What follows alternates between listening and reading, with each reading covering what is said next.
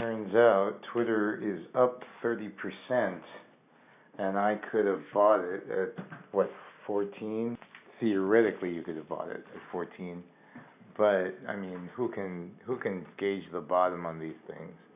I wish there were a way of, like, crabbing, like, an inflection point. Like, you know it's going down, and then it's coming back up again.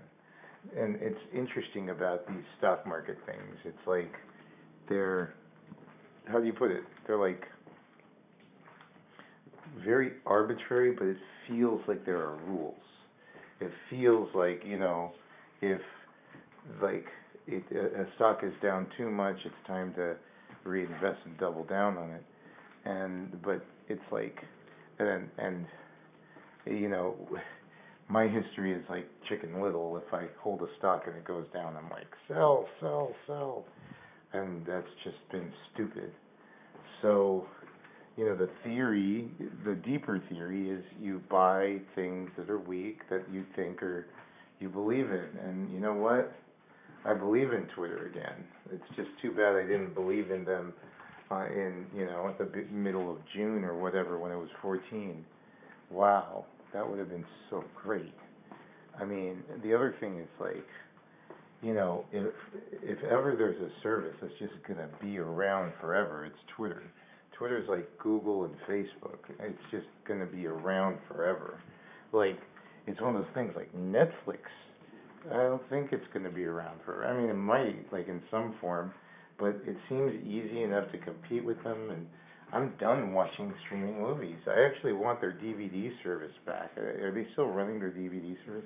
But Twitter is one of those things, like, you kind of come back to it because it's about strangers. Now, I don't know, like, I haven't done a very good job of, like, engaging with people on Twitter. It's kind of annoying that way. Like, I think they have to, like, do some tweaking to their core service because people are satisfied, but it's not quite, like, it's kind of hard to meet people. It's like a party. I mean, I was invited to it long ago. I've used Twitter for many years, but and maybe they're starting to serve more ads in there, and people are excited about streaming stuff, and Twitter's very good at live stuff, but it's still like kind of like this huge unorganized bulletin board.